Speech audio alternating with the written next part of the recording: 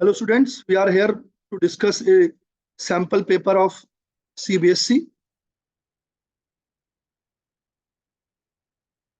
Now you can see that here we have some objective type of questions. Now start with first question. In alkyl halide, option A दे दिया all of these. Option B is the carbon atom of carbon halogen bond bear a partial positive charge. Carbon halogen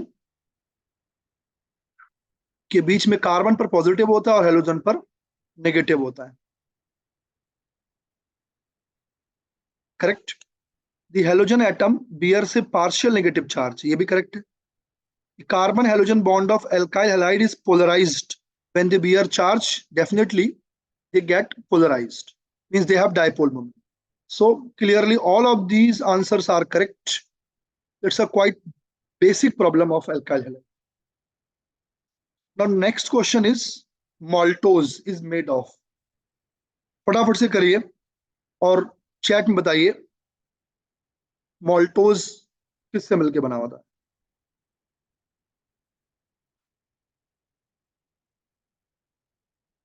Maltose is a disaccharide. Maltose एक disaccharide है, यानी इसमें दो monosaccharide की joint होती है.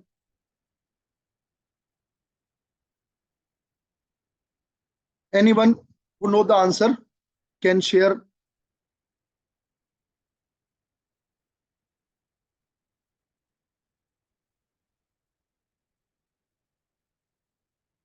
Shreya is saying A. Parv is also saying A. Correct answer is A. Alpha D glucose. Two alpha D glucose are joined together through C1 C2 linkage. Correct. Next is which of the following reaction will yield phenol? Phenol किससे बनेगा? Screen पर visible होगा, थोड़ा zoom कर देता हूं may be.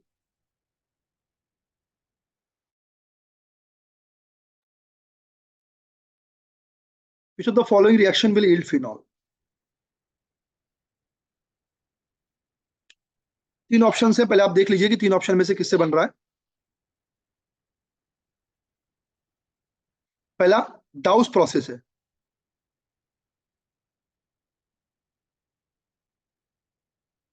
ARSN2 type of mechanism follow करता है, इससे बन जाएगा.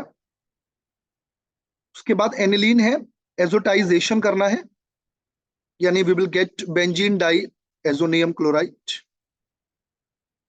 फिर वाटर डालेंगे तो फिनॉल बनेगा.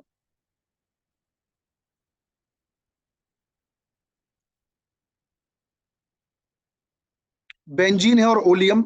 Oleum means mixture of H2SO4 and SO3. Sulphonation will occur. Sulphonation के बाद NaOH है, एसिड बेस रिएक्शन हो जाएगी, SO3 माइनस Na प्लस. उसके बाद H प्लस और हीटिंग है, फिनॉल विल ऑब्टेन. Na2SO4 अलग हो जाएगा and we will get phenol. Correct. All of these reactions are given phenol.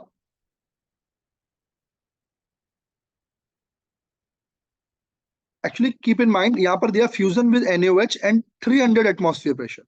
High pressure is required. Direct attack of nucleophile is not possible on benzene ring. तो यहाँ पर OH minus का direct attack chlorobenzene पे हो रहा है, तो reaction forcefully हो रही है, इसलिए हमें हाई प्रेशर की जरूरत पड़ेगी.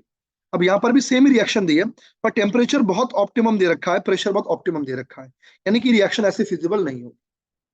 यानी ऑप्शन 1, 2, 3 इज करेक्ट. 1 और 4 कंफ्यूजन क्रिएट करने को दिया हुआ है, तो हमें दिमाग में रखना है कि बेंजीन पर या बेंजीन डेरिवेटिव पर डायरेक्ट न्यूक्लियोफाइल का अटैक नहीं होगा.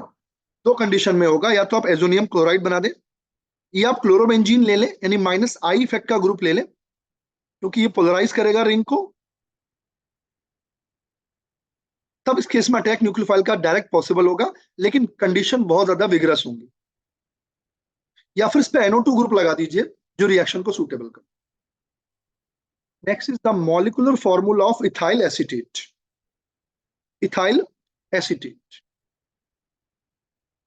So sorry, I'm giving you some time to get this Get the answer of this question. What is ethyl acetate?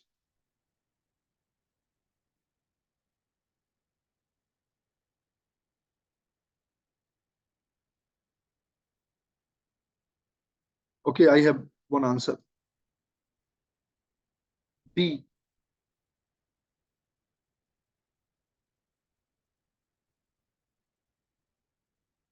Correct. Answer B is correct. Ethyl acetate is C4H8O2. Acetate contain two carbon, and ethyl also contain two carbon. This is the formula of ethyl acetate. Correct. Now, order of photochemical reaction occurring between hydrogen and halogen. कोई भी hydrogen और halogen है, photochemical है. जल्दी से answer दीजिए इसका.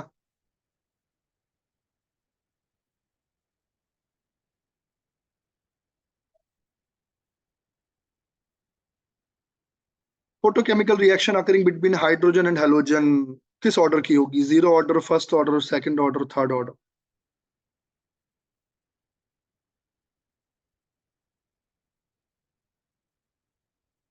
Strange का आंसर किसी को नहीं आ रहा. Photochemical reaction, reaction is induced photochemically.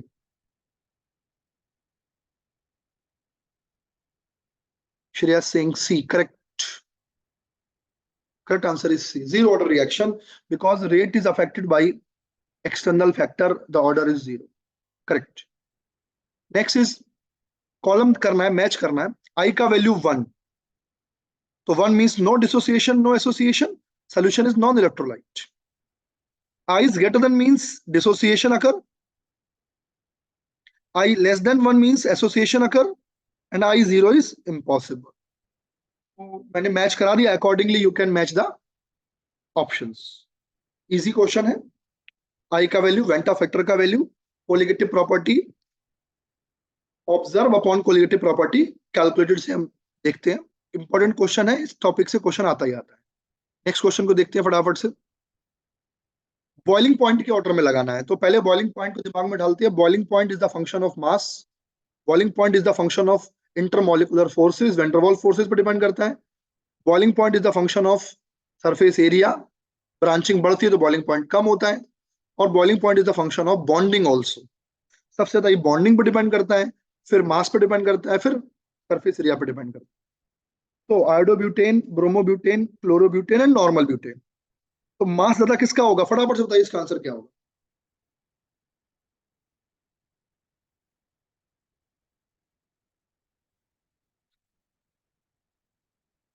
Ananya Singh C. Correct answer is C.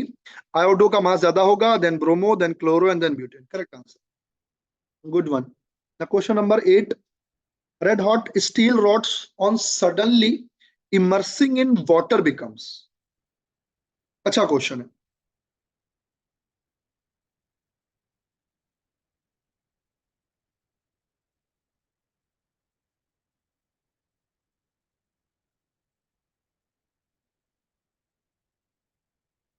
Yes, पर correct answer is hard and ductile.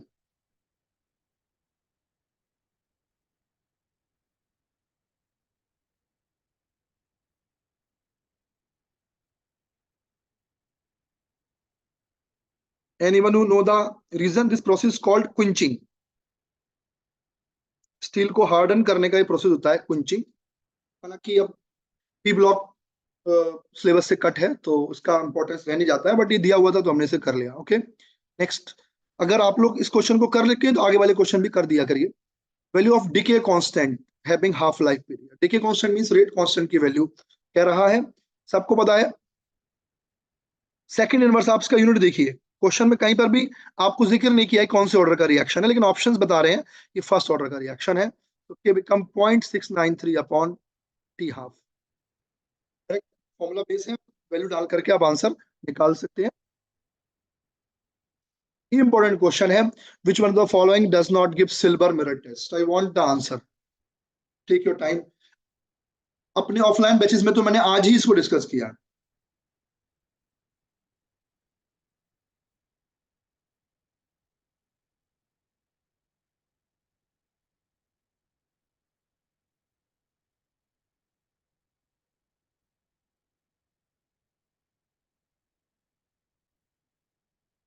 You are getting late in giving the answer of this question. Question इस silver mirror test कौन नहीं दे रहा है?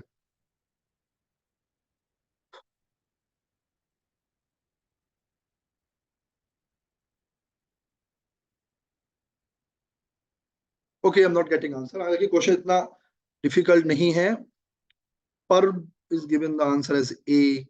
Wrong है, गलत है. All the aldehydes give tolerance test, which is the silver mirror test,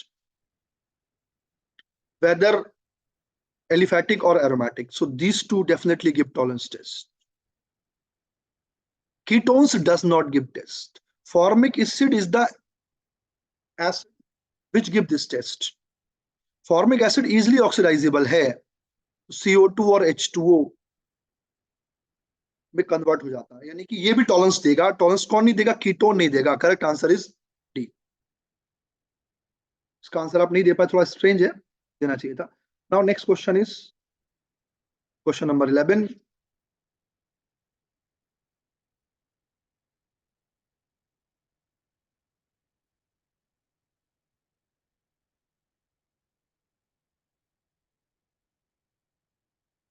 अच्छा क्वेश्चन है. 1 mole of an organic compound जिसका फॉर्मूला दिया है, it reacts completely with the 2 moles of HI to form X and Y.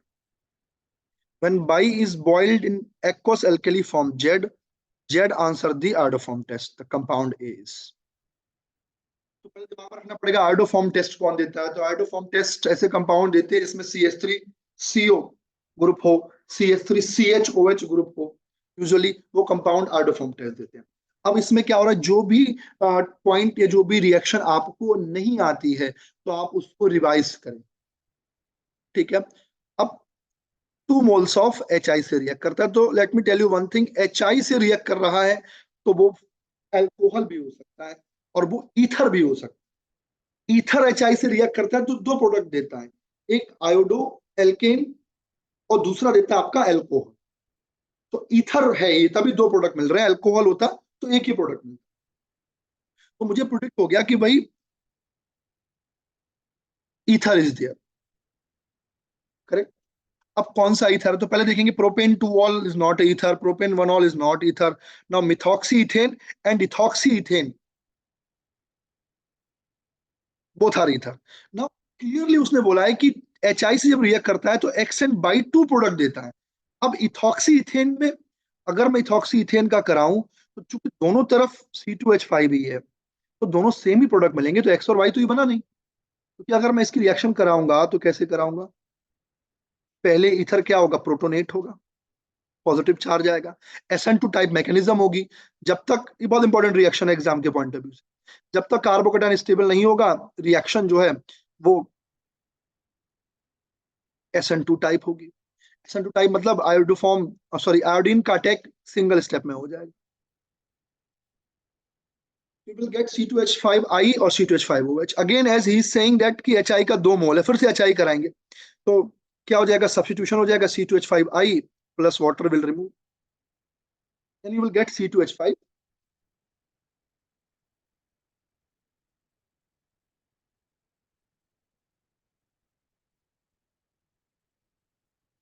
Correct. Now अगर मिथॉक्सीथेन होता CH3O C2H5 और HI, चूंकि SN2 reaction है तो आयोडीन छोटे वाले पे जाता है, स्मॉलर चेन पे जाता, C2H5OH बन. ये Y होता. Y एक्वस एल्कली से ट्रीट करके Z बनाता.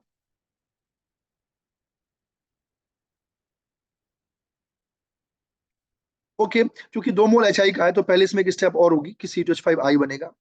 अब जब आप इसे एक्वस KOH या एक्वस NaOH से ट्रीट कराएंगे C2H5OH बनेगा जो कि आपका आयोडोफॉर्म टेस्ट दे देगा.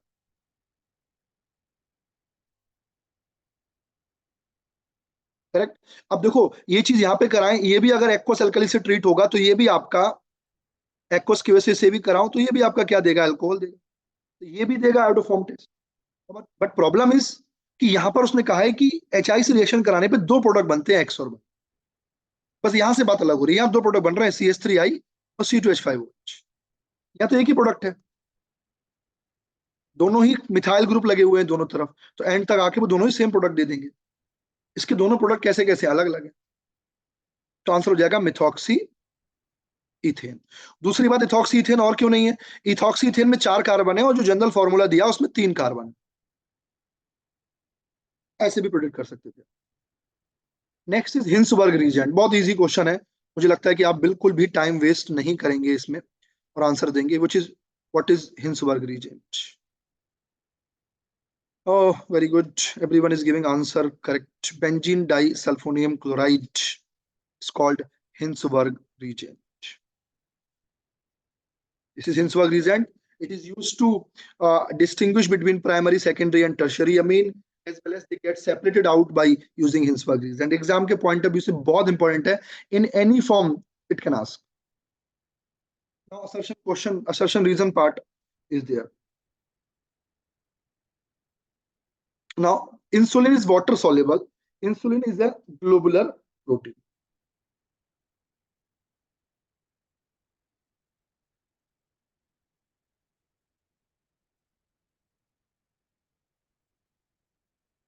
बायोमोलिक्यूल का क्वेश्चन है।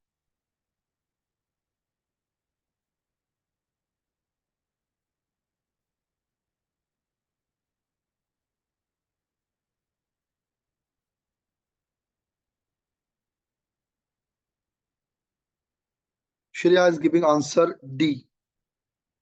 Anyone else?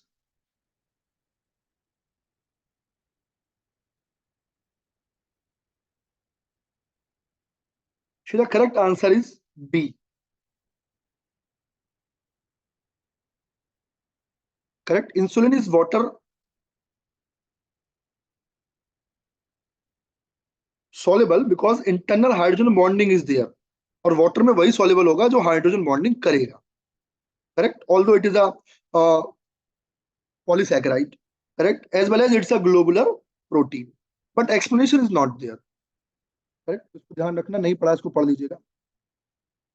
Now, lower aldehydes and ketones are soluble in water, but the solubility decrease as the molecular mass increase. Correct.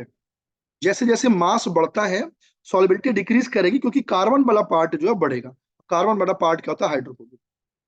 और distinction between aldehyde and ketone can be made by Tollens. Both are correct but they are not the correct explanation. Aldehyde ketone को Tollens से ही distinguish. Isopropyl chloride is less reactive than CH3Br in SN2 reaction. SN2 reaction में less hindered react करता है, तो CH3Br से less hindered क्या होगा? तो वो फास्टर रिएक्ट करेगा, आइसोप्रोपाइल क्लोराइड नहीं करेगा. Correct. SN2 reactions are always accompanied by inversion of configuration. सही है, inversion of configuration होगा. बट एक्चुअली देखिए यहाँ पर एक थोड़ा सा कंट्रोवर्सी है, मैं यहाँ पर इस कंट्रोवर्सी को एक्सप्लेन करना चाहूंगा. इन्होंने कह दिया ऑलवेज. ऑलवेज तब करेगा जब कायरल सेंटर होगा. अब अगर कायरल सेंटर नहीं है तो हमेशा इन्वर्जन कैसे हो जाएगा? करेक्ट. कायरल होगा तभी हम इन्वर्जन की बात करते हैं. तो आप ये नहीं कह सकते कि SN2 में हमेशा इन्वर्जन होगा. हमेशा इन्वर्जन तब होगा जब सेंटर कायरल होगा.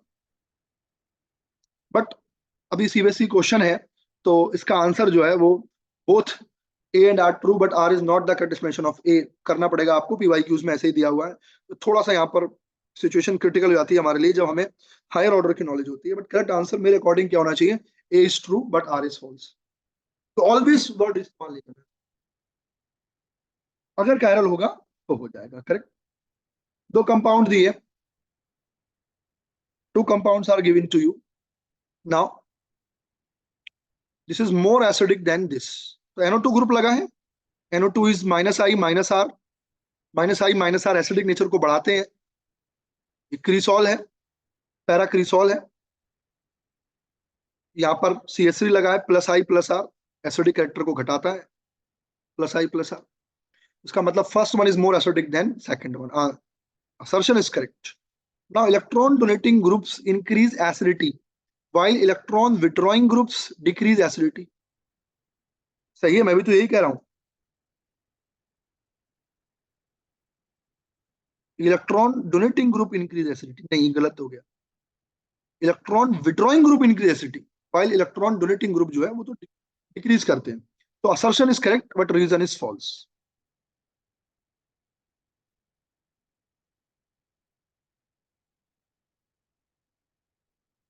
फटाफट से, ये बहुत अच्छा क्वेश्चन है, मैंने कई बार आपको टेस्ट में दिया हुआ है, कई बार एग्जाम में आपसे पूछा है मैंने। फटाफट बताइए कि ये कैसे होगा। NiCl4-2, इसका IUPAC नेम क्या होगा, इसका हाइब्रिडाइजेशन क्या होगा, इसकी शेप क्या होगी।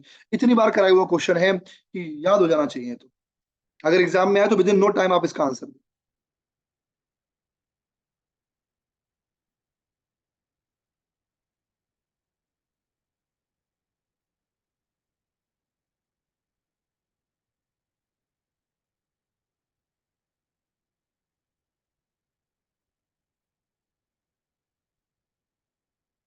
So what is the IUPAC name. अब डेफिनेटली आपको लिखना तो मुश्किल है, तो मैं इस पर लिखता हूँ टेट्रा क्लोराइडो निकलेट, स्टेट आएगी 2 और आयन। निकल लिख दिया है तुमने Shreya, it should be nickelate 2 ion, correct. Hybridization फटाफट से बताइए, हाइब्रिडाइजेशन याद हो जाना चाहिए। NiCl4-2, what is the hybridization?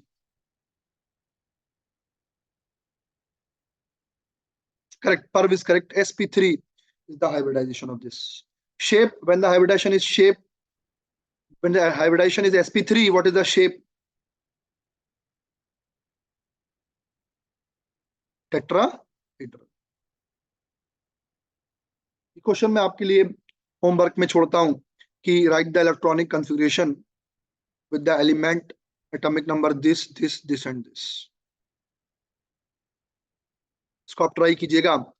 61 वाला लेंथेनॉइड है, 91 101 एक्टिनॉइड है, और 109 पी ब्लॉक में कहीं पर आएगा।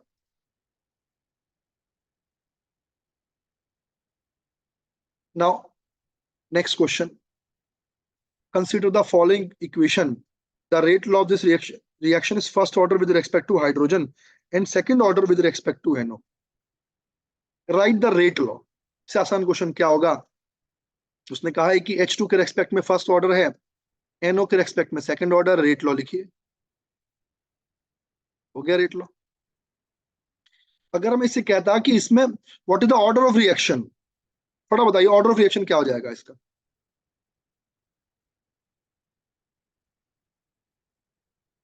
Correct, order of reaction is 3। Oxygen is available in plenty in air, yet fuels do not burn by themselves at room temperature.